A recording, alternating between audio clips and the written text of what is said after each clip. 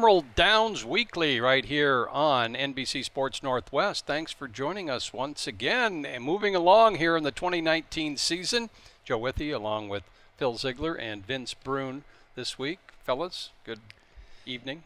Great afternoon. to be here. How are you? Yes.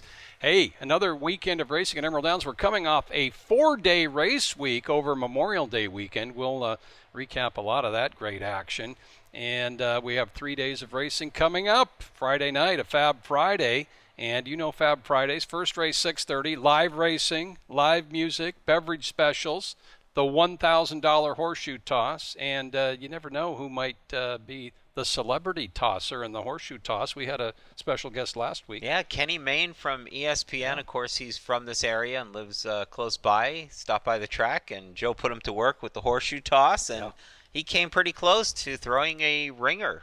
He had a little bit more height. That's what he said. Right. He had his technique for sure, kind of like a backhand flip. Mm-hmm. So good to see Kenny out at the track, and he lives much of the year here in the area.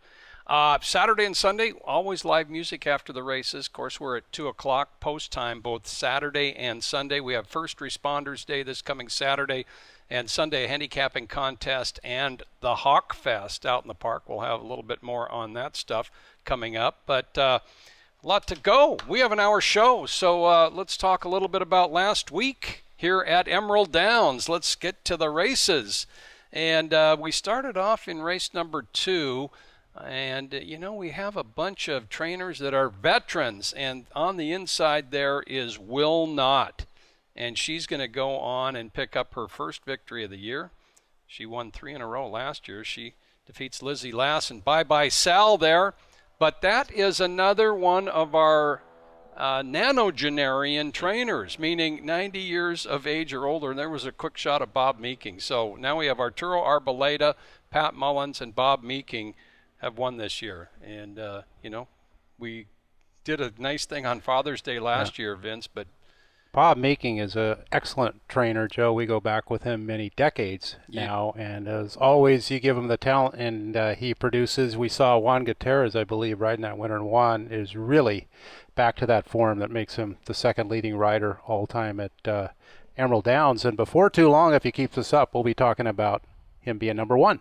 I saw Bob just last week. He's finally not riding his bicycle this year for the first time, right? He's got a cart, I believe, yeah. He said his staff didn't want him riding the bicycle, but he could still do it. And Bob will have an opinion or two on topics if you care to address him with him. He's always a lot of fun. He's in great shape. That's the point. And a great trainer. Mm-hmm. Got his first license in the late 1940s, first training license. Moving on, what would a Friday night be without a Frank Lucarelli victory? And that horse, the long shot, he just keeps giving. Leads to the wire in race number 5 for trainer Frank Lucarelli. Second straight Friday, Frank tripled. Remember, those are 7-race cards. Isn't that something? Frank up to 19 wins, I believe, through 15 days. He keeps that up. He'll break the record, which is 66 wins. Of course, a lot of things can happen during the year, but just tremendous start. Yeah, we'll have the trainer standings a little bit later on the show. And the feature race on a Fab Friday night, Smoothie Lee was a big favorite. And, yes, he did get the job done. Kevin Orozco looked like it might not be so easy there around the quarter pole, but that horse really kicked it in. He was a big favorite that night, Phil. You might say. If you bet $2 to win, you got back $2.20. Yeah. 1 to 9. You don't see that too often. Smoothie Lee's second straight victory, and as Vince said, a triple for Frank Lucarelli. Wow, it's hard to keep up those huge weeks, but he has been doing it. And the finale, the last race, I'm trying to say, on a Friday night, Come On Miranda took it. And this is going to be a competitive finish with Tillicum Gray, Gold Supply. There she is. Come On Miranda. Howie Gibson's off to a fantastic start. start. That was leading rider Gary Wales getting his first win Friday. Yeah, Howie Gibson 4 for 6 at the meet. And that one, Come On Miranda, I believe is named after Miranda, the groom, who works for Howie. So good work to them. Good info there from Vince Brune, our Director of Media Relations. Make sure you check out his news and notes every Thursday afternoon leading up to the week. Let's go on to Saturday at Emerald Downs, and race number 1, competitive finish on Saturday.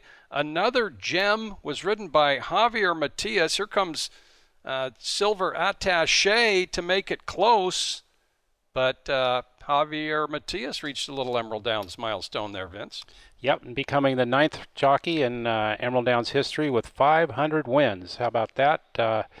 He, and I talked to Javier today. He wants to remind people he also rode 1,300 winners in Mexico before he came to the U.S. So he's got, I believe, over 1,100 wins in the U.S. So he's had quite a successful career. And, he's number 5 in stakes wins here with 32. So he's always been a fine big money rider, too.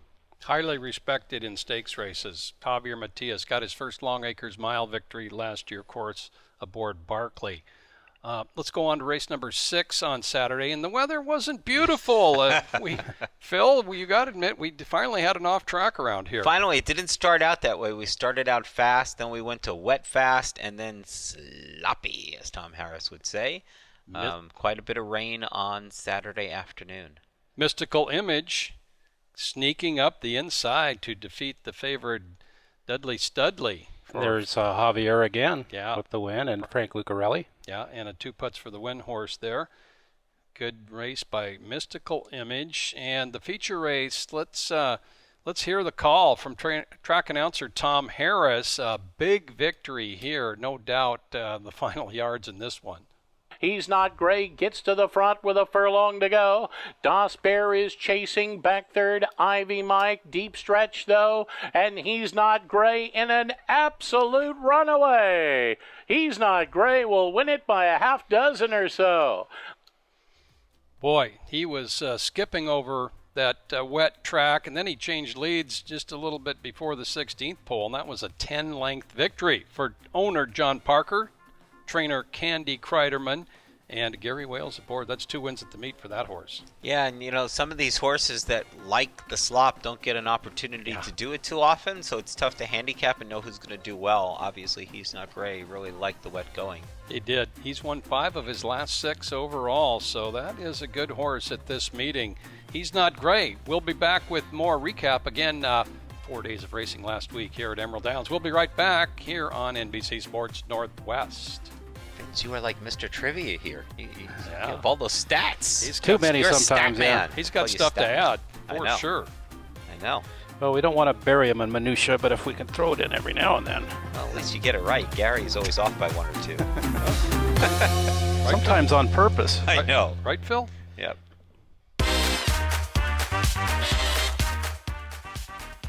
Thanks for joining us on Emerald Downs Weekly every week here on NBC Sports Northwest. Go with you, Phil Ziegler. Vince Brune, our Director of Media Relations, pinch hitting for Gary Doherty this week. And Vince has already come up with a couple of good stats, huh, Phil? He's got accurate information, unlike Gary. All right. Hey, let's go back to this past weekend at Emerald Downs. Sunday, lots of great action. We had a nice day of weather. We had Salute to Armed Forces Day. The Buffalo Soldiers were there, and we had an exciting finish here in race number 4. Made for More is going to get up over Sadie Sue right at the end. Sadie Sue was there all the way, but Made for More, a really good race.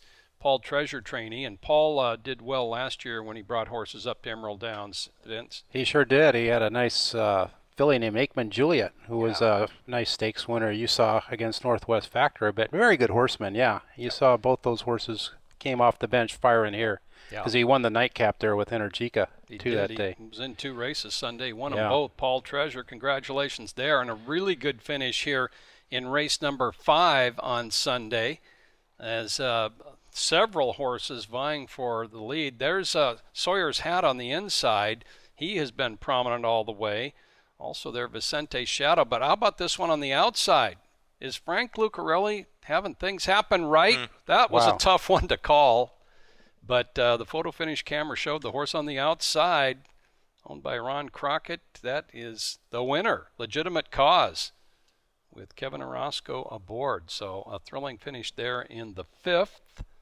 And let's go on to the feature race on Sunday afternoon. This is a mile race for fillies and mares. Ailish's Buttercup digs in the inside. Easter Dream is right there vying from between horses. Goldie's Darlin's on the attack as well. Fortune's Freude kicks on late the outside. Just back of that, Semi-Sweet 70 yards away. And Goldie's Darlin's rising to the occasion now. And Goldie's Darlin's wins it by length and a quarter. The public got it right. Goldie's Darlings went off the favorite. She had a good run here last year, and she also did well at Portland. And how about that trainer, Goldie's Darlings? Yeah, that's Pablo de Jesus you saw there on Goldie, the hip of Goldie's Darlings. Doubles on both Sunday and Monday. Up to 7 wins. He only had 12 all of last year, which was a breakthrough season for him here. So he's just doing great guns. I talked to him today. He's got 21 horses on the grounds and some good clients, and he's having a great time. And when they win, it's always fun. But, yeah, 7 wins, 4 for 6, Trainer of the Week. That got him Trainer of the Week with that great production from Pablo de Jesus. And Juan Gutierrez was aboard. How about his prowess at a mile last week, Vince? Well, he was 3 for 3 on Sunday in routes, and I believe he had 4 overall. So Juan very polished. And I'll say one thing in the route race, he's not there on Goldie's Darlings. He's not afraid to put a horse on the lead going long. And sometimes young jockeys can be a little hesitant to do that, but Juan really knows his way around this racetrack. And boy, he's tough to run down when he makes the lead routing. So, again, Salute to Armed Forces happening. Some good ideas there. Buffalo Soldiers were out. They're popular, and they take us back to the late 1800s. But there was another popular event on Sunday, Phil. Yeah, the military dog. Always a popular demonstration from Joint Base Lewis McCord, and the guys who were out here. They always put the young guy in the suit that gets chased. And let's take a look at what happened on the track when they let that dog go.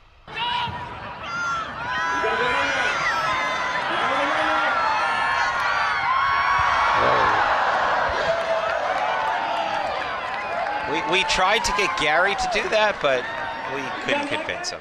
Well, the dog would have caught him in about a second and a half. So and here they did it going the other way. They get into a mock fight, and now the dog's this guy is going down. There he is. That dog knows his job. And that is some athleticism in that dog, too. That was quite a leap. By the way, that dog has a sign on him that says, "Do not pet." I don't think they would really have to worry about that. I wasn't going to go. Not after seeing that. Great demonstration. Those guys are always great to come out here and show off that dog's talents. And it was a wonderful day for a Salute to Armed Forces Day. Like you said, Buffalo Soldiers. Yeah. And nice stuff. we had a swearing-in ceremony as well. So that's right. It's a great day. And it was really the crowd, you could hear from the reaction, was really into it. They really enjoyed that demonstration. Let's move on to Monday, Memorial Day, and nice day here at Emerald Downs. Let's start with that first race because that was the first 2-year-old race of the season. So you're going to see some new names and faces. And Dazzlation won it easily, the longest shot on the board there, Vince. Yeah, congratulations to Ashley Potts, the owner there. I think that was a $1,500 purchase in Kentucky. That's right. So they're already in the black on Dazzlation. But yeah, very nice and fun to see the 2-year-olds get rolling here. That's right. We're going to see a lot of them in upcoming weeks. On to race number 4, and this was a maiden race. The horse there in the blue on the inside is Suddenly Awesome. She Cherie is making a run. Suddenly Awesome had lost a couple of tough ones so far this year, but boy, she held off She Cherie there. She got tough, and Suddenly Awesome, bred by the Pabst Blue Ribbon Farm. Nice victory out of Sudden Departure, who was a good stakes winner here at Emerald Downs. So, no more maiden status for her. She is on to bigger and better things. And the 5th race was, this is the 6th race, as it says on the screen. Mm-hmm. And Pure Pursuit is having a real good season. This is like the race before it. The favorite General Mach 4 is trying to get by. Can't do it there. And that's another one of those. Pablo de Jesus became a 2-time winner at the meet. 108.72 for 6 furlongs. Career high. 79 buyer for people who follow those kinds of things. Superb effort there by Pure Pursuit. A Little Less Talk also won on Monday at Emerald Downs, and she's the one that ran second in the Seattle. She had a big sprint victory for trainer Rodina Barrett, and we're expecting to see her in the next stake, which would be the Kent coming up. That's right, and bred in another Demon Warlock out of training at the bar, who's been a real nice broodmare around here, including stakes winner Red Solo Cup. Warlock Stables, Tim Floyd and the gang bred that one, and they got themselves a Wabred of the Week. Let's go to the feature race of the week. It's the Hastings Stakes. And I'm a Happy Cat leads the way with a furlong to go. On the outside, Bella Mia, Don't Kiss and Tell, running a big one as well. Best of Me from between horses, 70 yards for home. I'm a Happy Cat hanging on for dear life. I'm a Happy Cat wins the Hastings. I'm a Happy Cat burst out of the starting gate under Gary Wales for trainer Dan Markle, and she is keeping up great production this year. She was really strong in Northern Cal before coming up to Emerald Downs. Of course, she won a stake here last year, too. Yeah, and she's made over 100,000 this year for Sue and Tim Spooner, and she's got wins this year on synthetic and dirt, and also a second in a turf stake, so very versatile. That was a huge run, big, fast fraction. She was getting a little tired, but she had a right to after running that fast. We did have a disqualification there. The very tough Bella Mia was disqualified after originally finishing second. She got out a little bit in the stretch, caused some crowding out there, so the order of finish was changed to Don't Kiss and Tell second and Patty's Secret third. And going 6.5 next time, we're going to have an exciting filly and mare division here at Emerald Downs. The Diaper Derby. That was our other feature on Monday. No, we figure, dogs and babies, right? So this is a tradition that goes back many years, but never at a racetrack. So we had our first annual Emerald Downs Memorial Day Diaper Derby, and let's take a look.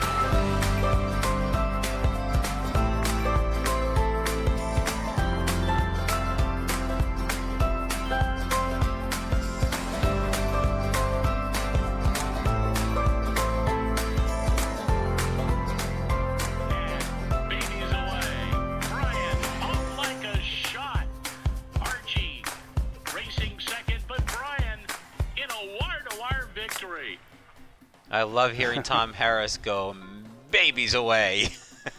And Brian was awesome. Yeah, you talked to the parents after, and Brian, a good crawler there. There was one baby that got a little agitated during the race. There he is. We had to cart him off. Is he crying? We could have kept him from crying. We should have been nicer to him. That was a beautiful racetrack, by the way, that the babies had to go on. I know. That was Dee Mazuka, the starter. It was a lot of fun. First Diaper Derby at Emerald Downs on Memorial Day. We'll be right back. Gary's not going to be happy with that. They'll love it at his bar, though, where he hangs out. Yeah.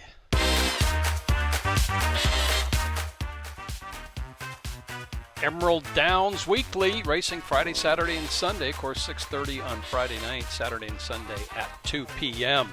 And, hey, we've referred to a little bit the standings. We've had some outstanding performances. The jockey standings, Gary Wales' second season at Emerald Downs, he's on top, but there are a lot of riders, and we talked about this early when Rocco Bowen is not here. He's getting healthy, that shoulder. But, Phil, look at those standings. There's a lot of wins spread out. Yeah, we've been so used to seeing Rocco and then Julian Coutan.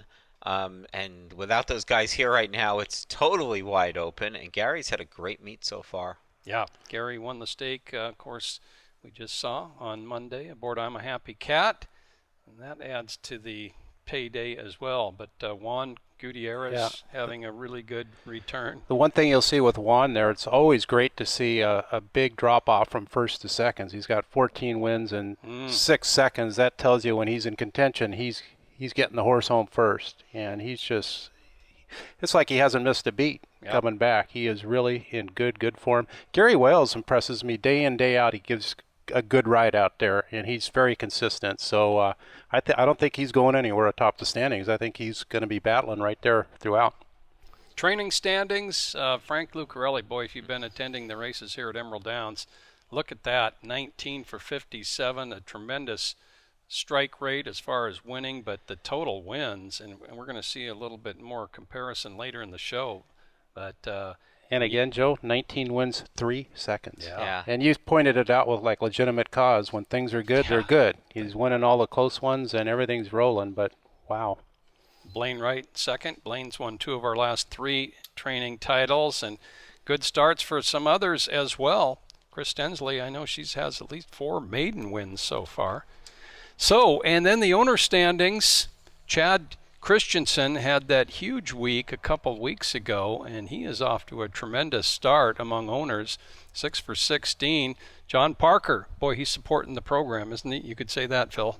Yes, and 40 starts. You know, there's another ownership group with a couple of wins that's not listed there. Okay. But the Emerald Racing Club. Yeah. That's right. Yes. We've got 7 starts, 2 wins, 4 seconds, and a third. Yes, So that's far, a so great good. start. Yeah. 100% in the money for the Emerald Racing Club, managed by Vince. Yeah, That's right. If you're not a horse owner and are considering it, think about that for next year. The Racing Club, just $500 one-time fee, and the way things are going, they're going to get back a decent check at the end of the season. So there's are the owner standings, and this weekend the Governor's Stakes offers some nice opportunities for purse money as well. The $50,000 Governor's Stakes. Let's go back to 2009 and watch the finish of that one. Off. Wasserman's running really late, but Attaboy Roy, clear assessment, sees daylight with Wasserman. Attaboy Roy in front. Attaboy Roy is in clear, convincing victory style, a winner by a length. Well, Attaboy Roy was a sensational sprinter. He went to the Long Acres Mile and set record fractions there, and then he set a new state record for 6 furlongs in the Washington Cup. But in that Governor's that year, he beat Assessment and Wasserman, the 08 mile winner and that season's mile winner in Assessment.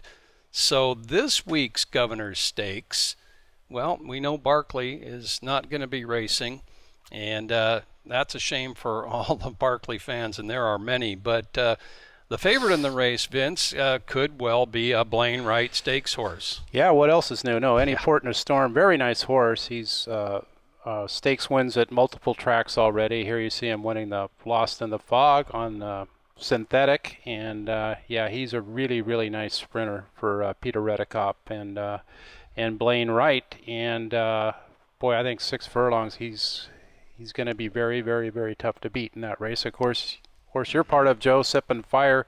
I know you guys had to be encouraged with a nice run off the bench to finish second to Barkley, and you guys figured to move forward. He did win a sprint last year. He won the Coca-Cola Stakes and pulled away pretty impressively there. In his 3-year-old season, of course, he was our top 3-year-old with 4 consecutive stakes wins, but he likes to come from a little bit off the pace. There's Sip and Fire.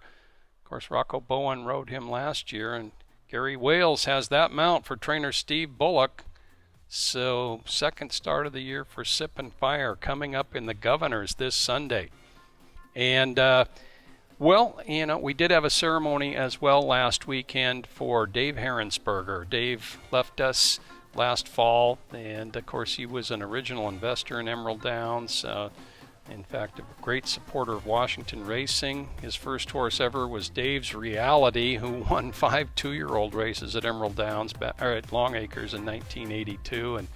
And Dave Herensberger loved thoroughbred racing, successful in so many other endeavors as well. And Dave left us, and we did have a tribute to him last weekend as well. We're going to be back with much more. This is Emerald Downs Weekly on NBC Sports Northwest.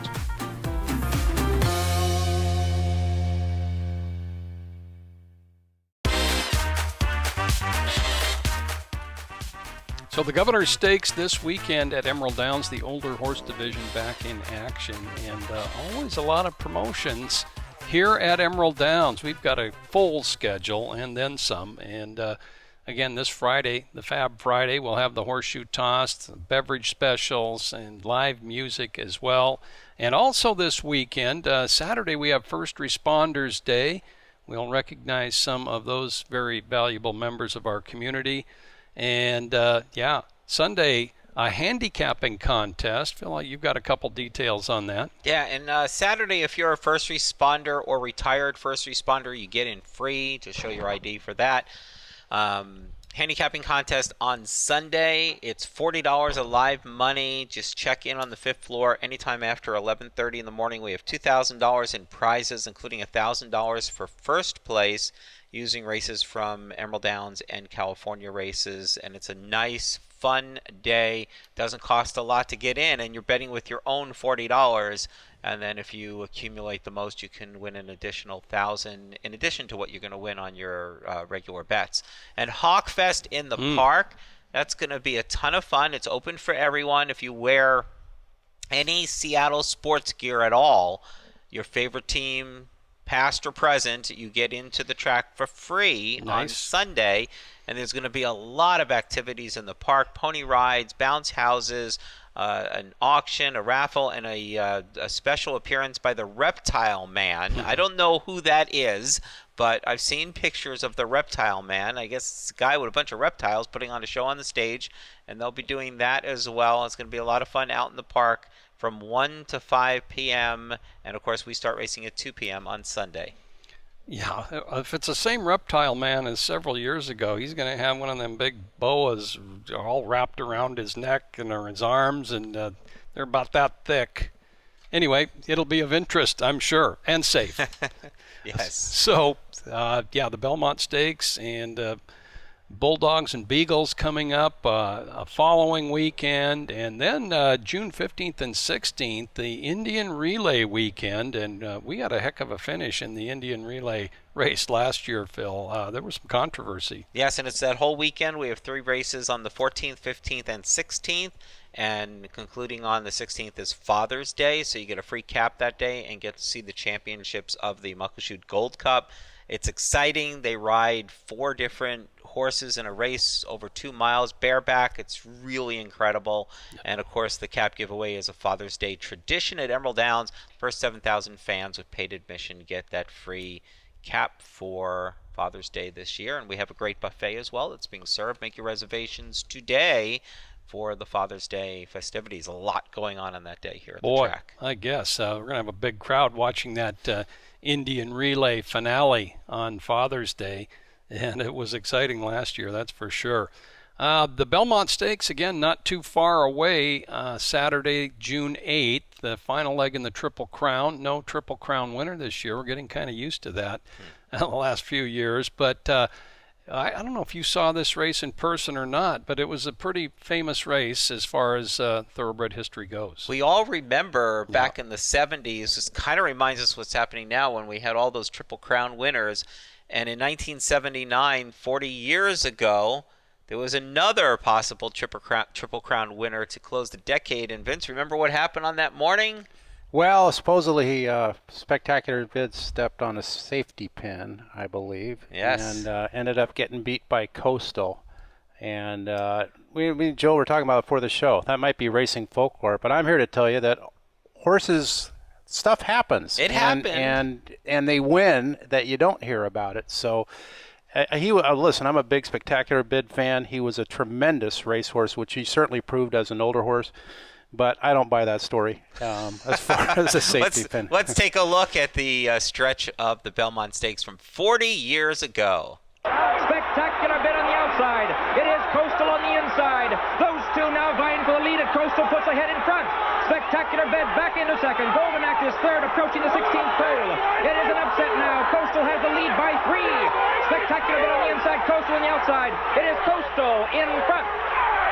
Ron Franklin, right? Yes, Ron Franklin. Bid. Yeah, and then Willie Shoemaker took over, and Spectacular Bid. He was undefeated, right, as a 4-year-old. And he still holds track record at Santa Anita. He was brilliant, and he was probably even better on an off track than he was on dirt. I mean, put it this way, Shu calls him the best horse he ever rode, and he rode 8,834 career wins. So an amazingly fast horse. And just think, in 3-year span, we got Seattle Slew affirmed and Spectacular Bid, who didn't get the Triple Crown, but was certainly one of the all-time greats. Yeah. And I remember growing up in New York in the fall Triple Crown, they called it, before you had the Breeders' Cup, and Spectacular Bid wound up not going in the Jockey Club because he got hurt a little bit.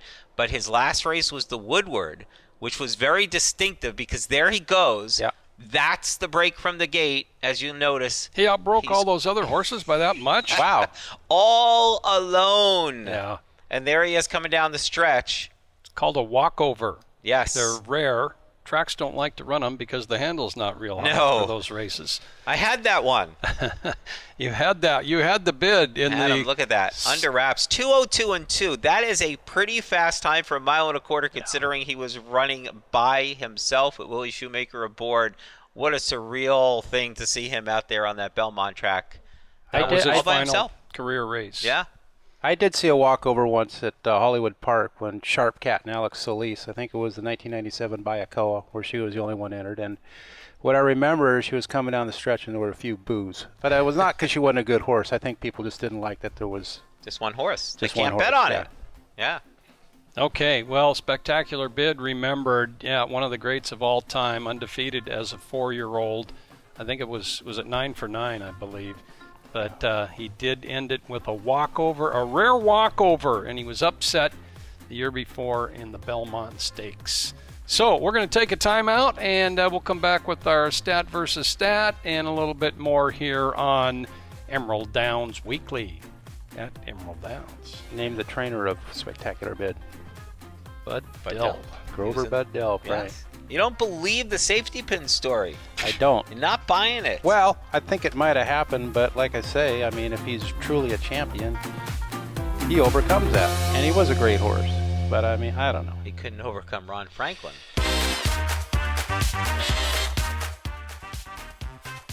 Hey, and thanks for joining us here on Emerald Downs Weekly every Thursday night at 11 p.m. and repeated at 9 a.m. on Friday morning. So hope you can catch us, and you might catch us on YouTube as well. Hey, one thing we didn't, another Emerald Downs owner, George Todaro, who made the Hall of Fame last year, he claimed that horse, Vasilika.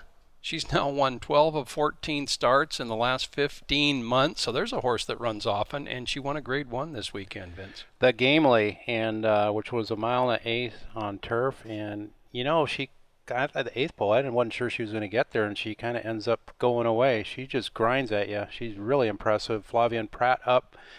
Jerry Hollendorfer claimed her for, what was it, 40? Yeah, and $40,000 claim. She's made over $1 million since being claimed 15 months ago. Yeah, tremendous. So I mean that's just and it's just an amazing run. And Mr. Dodaro was interviewed in the winner's circle after the race down there, so good to see. Yeah. Congratulations to them. That's not easy to do. So wow, what a claim. Yeah, that one will go down in history.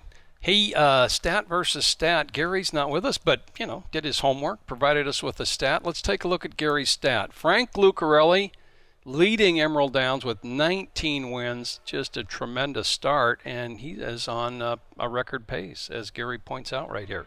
Look at that, because Jeff Metz had 5 on opening day, I think, in 2015, and he's well ahead of that pace even. So I think the most wins in a meet is 66 by Tim McCanna. So. And Metz. And Metz. And Metz, yeah. So we run, we're not even a quarter of the way through the meet, and Frank's on pace for about 80 wins. He's right there. Tremendous season for Frank Lucarelli. Okay. What's yours? My stat is 370.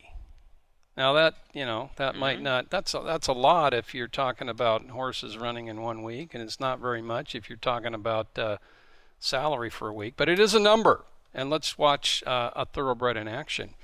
That is Starboard List at Emerald Downs a couple of weeks ago, May 17th, picking up a maiden victory. So is 370 a big number for maiden wins for one trainer? Seems to me it is pretty big. There's our all-time leading wins, including victories this year. Frank Lucarelli on top, extending his lead over Tim McCanna, who led for many years.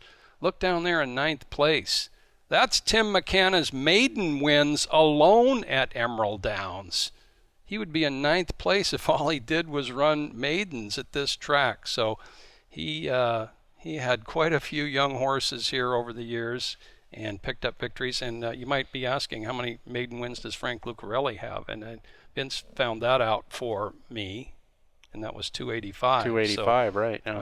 85 less than Tim McCanna. So a big number of maiden wins for Tim McCanna. Pretty big number. 24 years of racing here at Emerald Downs, and he would be in 9th place with maidens alone. So that is my stat for the week, and Gary's as well.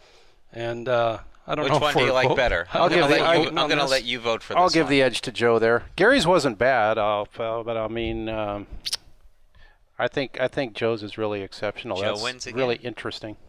Well, okay, but Gary's was informative as usual. All right, let's take a look at our mile preview. We are looking forward to Championship Sunday, August 11th, and this week's Look at the Mile. The weather wasn't typical for an August Sunday, but in 2007, spirits were high for horsemen involved and fans attending Emerald Downs for the 72nd Longacres Mile. With TVG adding $100,000, it would be the richest purse in state history at $400,000. Trainer Bob Baffert sent two, including 2006 Bluegrass winner Sinister Minister and Mike Pegram's Wanna Runner. Jerry Hollendorfer had Tricky Trevor for owner Dr. George Tadaro, a horse who was 6 for 6 over wet tracks. EMD President Ron Crockett, who supported local racing in ways more than anyone ever has, was having another leading owner season. He had 3 entrants, The Great Face, Raise the Bluff, and Don't Write Me Off. The Great Face was always a fast horse and had tied the North American record for 5.5 furlongs, 101 and 1/5 on opening night. He started off the year good, and everything just fell into place for him that year as far as the races all the way up to the mile. So he came off the Mount Rainier, I don't think it was 1 1/8 back then, and won that race wire to wire. And then we got very fortunate. We drew the 1 gate mile day with a speed horse. Wenzel doesn't often get nervous, but admits that day was different. I did feel kind of butterflies even driving down, and I do remember telling Melissa, my wife, that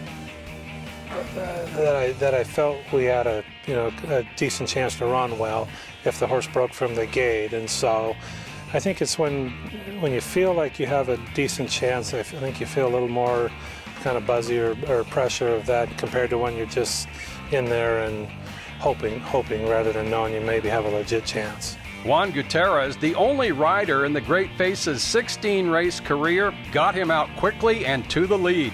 The horse remained clean over the sloppy track.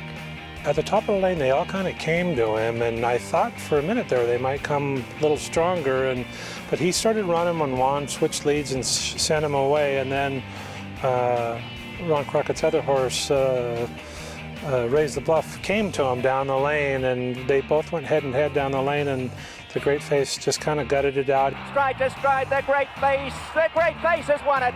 The winner's share was $220,000, and with Raise the Bluff second, the Crockett stable took home $300,000 of the purse.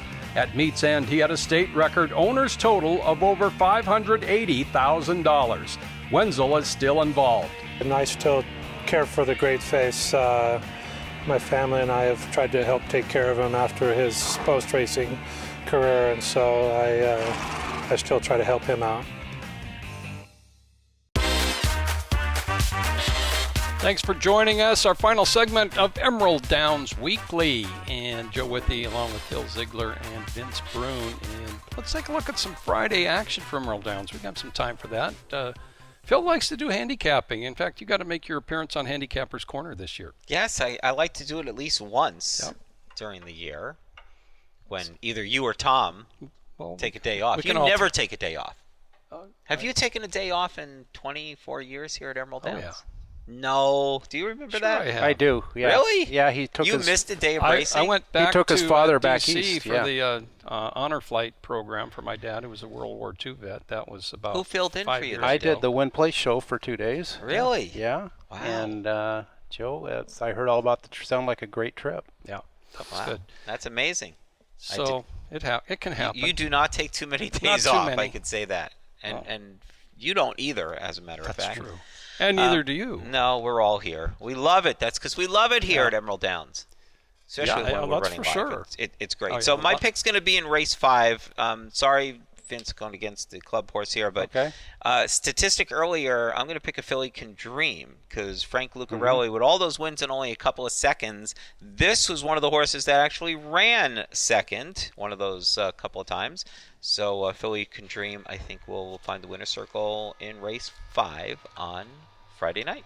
Chad Okay. Christensen, the owner, who's winning everything, it seems. Yeah, that's a Lucarelli. I'm going to go to the 4th race. I'm going with the long shot in the 4th race. I looked up and down. Private Boss for Roy Lum is stretching it out. He ran a good route last year. He's coming off a win. There's several contenders in there, but Jackson Teller, who isn't a super win machine, but did win a route here last year, I think he's going to get a good setup. He's going to be able to stalk right off the pace. He can certainly go a mile and a 16th. He's 12-1 morning line. Comes off a good third. Flattercat kind of stole that race up front, and Flattercat came back to win last week. So I have a price horse there, Jackson Teller, in race 4, 12-1. Vince, how about you? Well, as Phil mentioned, we're going to go head-to-head here, and I don't like to do that, but we will go to race 5. And the racing club we mentioned, we got 2 in. We've also got Bob's All In the feature, the 6th race that night. But in the 5th, you mentioned a setup for the horse you like. I think She's an Eagle's going to get a pretty good setup here because you've got Stan Grace coming off 2 wins. You've got Philly Can Dream is in there. And then Manny Ortiz and Tim Bankers have a horse up from Arizona called Foggia, who worked a half and 45-1 here Saturday, and she's nothing but speed. And She's an Eagle ran pretty well in her first out here, came running late to get second against Candarosa, and I think she's going to get a good setup here for Kevin Orozco. And if those 3 can kind of go out fast, I think we'll be finishing well in the stretch and maybe can pick them off with She's an Eagle. Yeah, things have been working great for the club, whether it be trainer Sharon Ross or trainer Mike Puich. And again, keep that in mind for next year. Horse ownership, get in there nicely. And Bob's All In. This was a great win from him on May 12th. This was a solid field. It was, and you can see he's not grazed in third there and came right back to win. So, yeah, that was a Look at all those folks. That was a really exciting win because we beat a pretty good field there. So, as Joe mentioned, so Bob's All In. Larry Ross found the horse for us in California, a private purchase, and he's done nothing but run in 2 races up here so far. Too many people for the winner's circle, so we take the club pictures out on the track. It's always a lot of fun. $500 a piece, up to about 200 people in the club every year, and so far, it's been perfect in the money. In the money, yeah. Yeah. Not win-wise, so we lost a tough one last Saturday with R-rated, but she ran really well too. Yeah. Boy, she for, did. Mike Puich, yeah. So, yep, we're having fun. You know, as I try to teach the people, all you can ask of a horse is that they try their hardest and be competitive, and they're certainly doing that, even when they don't win. So it's a lot of fun. And Joe, you know, when part of a horse, when they fire, it's a lot of fun. But you manage the club, and I always watch you watching the race, right? Yeah. And you are a nervous wreck, to say the least, until you get that first win or 2 of the season. Because that's a lot of pressure. You got a lot of folks watching you managing these horses. I think Joe will agree. It's a fun kind of nervous energy. It's really a good anticipation because, you know, you can see the horses training well and, you know, it's looking good on the track there and you're pretty confident it's going to run well. But, yeah, so many things can go wrong and do. So you feel better after that first and especially after that second win. Yeah. It makes you feel pretty good. So, and again, you know, Joe mentioned it, Sharon, outstanding job. Mike Puich, great job. So they really help a lot in dealing with a lot of owners. Well, we've had some great alumni from the club, too, like the Perkins and Mike Muddy Waters. They were in the first year of the club, and they both became prominent horse owners. Well, and in race 3 on Friday, the 6-5 morning line favorite's a horse called Zanab, who won 3 for the club last year and was claimed by a Emerald Racing Club member. and she sold shares of it out, and they got a win first out, and they got a chance to get their second win with Zabby. And Terry Dumont, she's an 8-year-old mare, only had one career win before she came up here. He's so excited about it. He drove her from Montana to watch her for the first time run when she won a couple weeks ago. So that was really cool to see her win. That's 4 wins she's had here in a little over a season so far. So Sharon's done a great job with her. Yeah, a lot of perks joining the club, and Vince keeps up on that as well. And Indian relay racing, not too far off. That was a lot of fun last year to have a competitive finish, and we can't guarantee that, but still, those bareback riders are tremendous athletes. 21 of the best teams from North America, not just the United States. There's a couple of at least 1 or 2 Canadian teams coming as well. First Nation teams from up there, and it is just so much fun. These guys are so skilled at riding their horses. A lot of them are retired racehorses from off the track, and they find second careers in relay racing, so it's great to see as well. Whole bunch of them. And the road to the Long Acres Mile starts this Sunday, the older horse division, with their first stake, the Governor's Stakes at 6 furlongs. And that is Championship Sunday lineup right there. That's going to be huge. August 11th, Mile Day, with the Mile, the Distaff, the Derby, and the Oaks, all on Championship Sunday. Okay, thanks for joining us, and surely hope to see you at the track Friday night, Saturday, and Sunday afternoons right here at Emerald Downs. Have a great day. Shout out to Gary, who missed the show.